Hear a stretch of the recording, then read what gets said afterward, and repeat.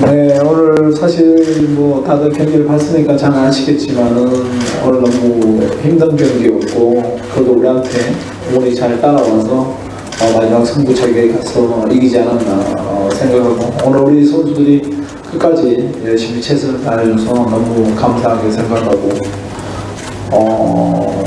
어제까지 훈련할 때 우리 선수들이 토탈 14명밖에 없어서 아시아시 오늘 필드 플레이 교체 선수는 2명밖에 없고, 제가 감독을 이제까지 맡아서 대회를 출전해본 역사상 가장 리저브 멤버가 없이 우리가 세미파이널 우리가 3, 4회전 하지 않았나 그렇게 생각이 듭니다. 그렇지만 끝까지 선수들이 최선을 다해주는 데에서는 너무나 감사하게 생각하고 있습니다. AFF 그리고 아시안컵 최종 예선 이제 돌아가게 되면 여기 있는 선수들이 또 많이 추측이 돼서 준비를 해야 되기 때문에 잠깐 휴식을 취했다가 바로 수집을 해서 쿠웨이트 간 멤버들은 다시 또 훈련을 재개할까 그렇게 준비하고 있습니다. 다 됐지? 지금 우리 로날두나 마르셀로나 상당히 잘해주고 있고, 이 선수들이 뭐 베트남 리거든 뭐 한국 K리거든 J리거든 어디 가든지 상관없습니다. 어디든 더 인도네시아보다 더 좋은데 더 넓고 더 좋은 리그에 가서 더 발전된 모습을 보여주면 인도네시아 축구가 발전할 거라고 저는 보고 있습니다. Oke, thank you.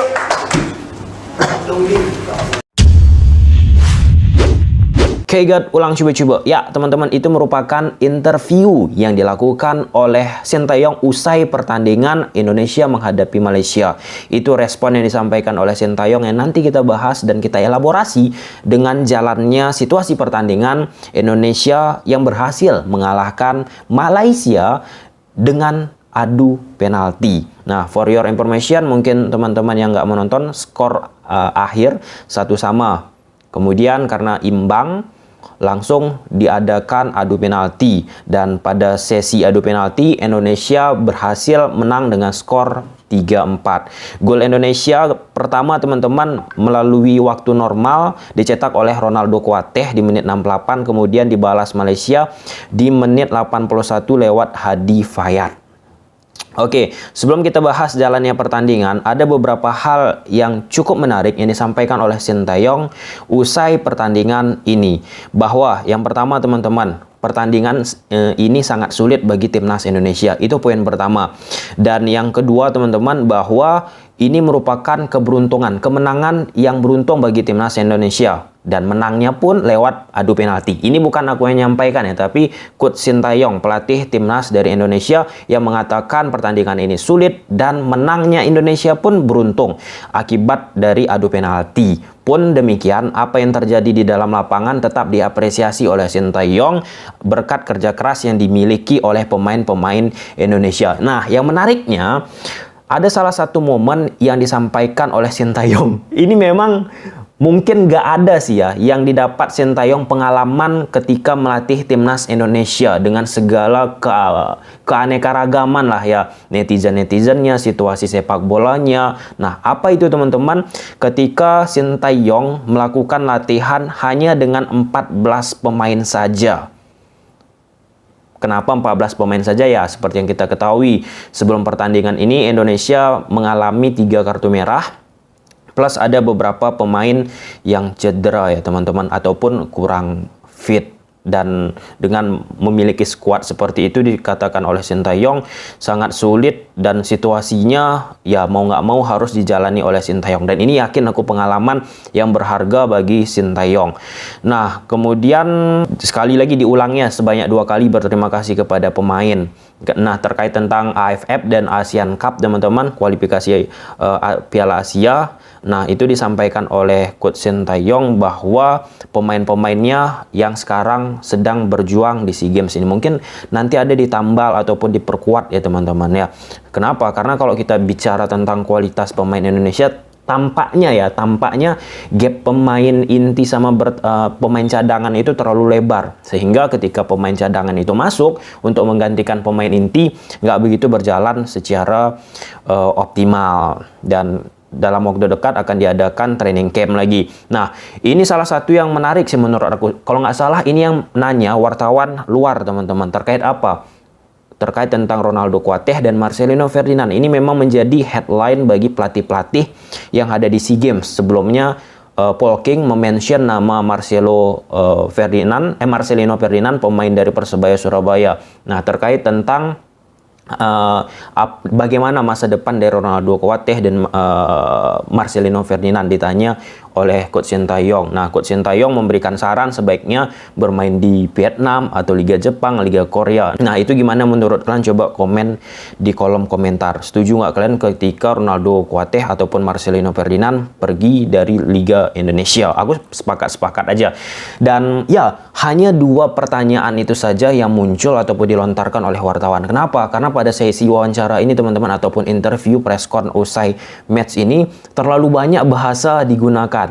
Jadi hanya 2 pertanyaan itu 10 sampai dengan 12-13 menit ya teman-teman berlangsung sesi press con-nya, sebab habis bahasa Korea, bahasa Indonesia, ataupun sebaliknya habis bahasa Indonesia, bahasa Korea, kemudian bahasa Inggris, kemudian bahasa Vietnam, dan seterusnya. Jadi terlalu lama di translator sehingga membuat pertanyaan pun ataupun durasi jadi singkat, nggak begitu banyak bisa dikorek dari Coach Sintayong. Oke teman-teman, nah kita lihat nih jalannya situasi pertandingan. Nah, kalau kita bicara dari sisi pola dulu ya, karena kalau tentang ataupun inginnya kita memahami suatu pertandingan, kita harus mengetahui formasi ataupun pola yang digunakan Coach STY pada pertandingan ini. Nah, kalau ketika tanpa memegang bola teman-teman, acap kali Coach Sintayong menggunakan pola 4-4-2, khususnya itu di babak pertama.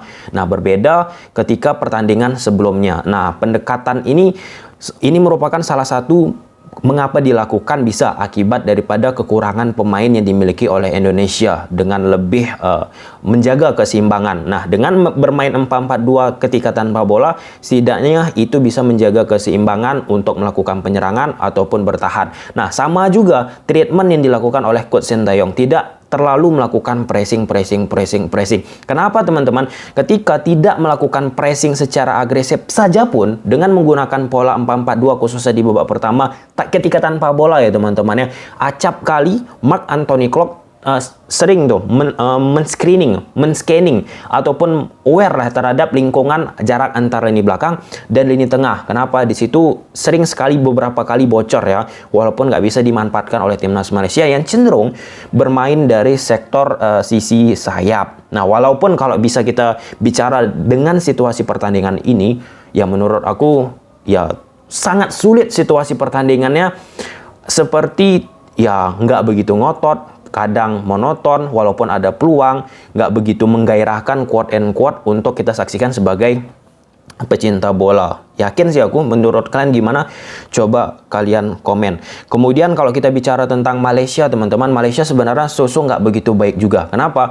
Karena baru dari beberapa musim terakhir lah ya, ketika peralihan pelatih, Malaysia kembali menggunakan pola 3B. Nah, pola 3B ini akhir-akhir ini memang digunakan oleh Malaysia. Apakah itu salah? Tentu yang enggak, teman-teman. Mengapa? Perlunya adaptasi untuk meningkatkan pemahaman dari sistem 3B ini. Kenapa? Karena kalau kita menonton timnas Indonesia menghadapi Malaysia ini banyak kali bocor di sisi tengah. Itu yang pertama teman-teman, banyak bocor. Kemudian ada beberapa space yang timbul di 3 back ketika transisi dilakukan Indonesia. Namun passing ataupun keputusan yang dilakukan oleh pemain Indonesia nggak begitu baik. Nah, contoh keputusan yang nggak begitu baik apa? Ada perebutan bola antara Witan Sulaiman dan Marcelino Ferdinand yang seharusnya mungkin kalau misalnya Marcelino Ferdinand bisa mengambil bola tersebut, bisa menjadi sesuatu yang berbeda. Tapi that's why itu sudah terjadi. Namun ini bisa menjadi bahan evaluasi untuk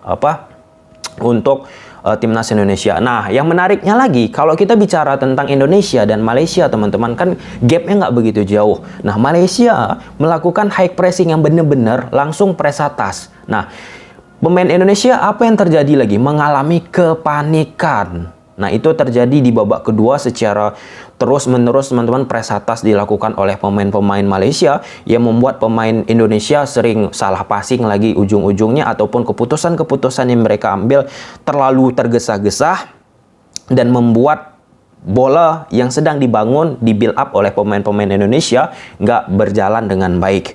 Nah, kalau kita bicara tentang satu persatu personal dari lini belakang, kiper Indonesia Hernando Ari ini luar biasa penampilannya. Kemudian Asnawi so-so lah, walaupun dengan kerja kerasnya, semangatnya itu aku apresiasi banget. Walaupun dengan adu penalti yang dilakukan, dia sebagai penendang pertama nggak bisa menciptakan gol, dengan semangatnya bisalah memberikan semangat bagi pemain-pemain Indonesia lainnya. Rizky Ridho, Dewangga ini kembali ya dicecar oleh timnas Malaysia beberapa kali out of position ataupun posisinya mudah ditembus oleh pemain-pemain Malaysia. Marc Anthony Clark aku apresiasi, mungkin kalau nggak ada dia teman-teman untuk menjaga gap kelebaran jarak antar lini belakang dan lini tengah saat transisi dilakukan oleh Malaysia dari bertahan ke menyerang ke jantung permainan Indonesia, mungkin bisa menjadi suatu hal yang berbeda, karena Mark Klok nih luar biasa untuk mengantisipasi kelebaran gap tersebut. Kemudian Witan Sulaiman, Marcelino, Sadil Ramdhani, Ronaldo Kuateh, Irfan Johari,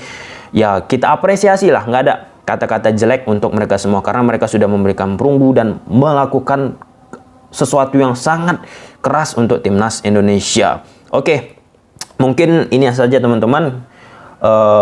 Dan itu juga tadi ya beberapa interview yang dilakukan oleh Coach Sintayong yang sedikit, padahal sebenarnya bisa lebih banyak digali pertanyaan-pertanyaan untuk Coach Sintayong. Nah, satu pertanyaan terakhir, gimana menurut kalian dengan skuad yang ini digunakan lagi Coach Sintayong di kualifikasi Piala Asia? Kalian optimis atau tidak?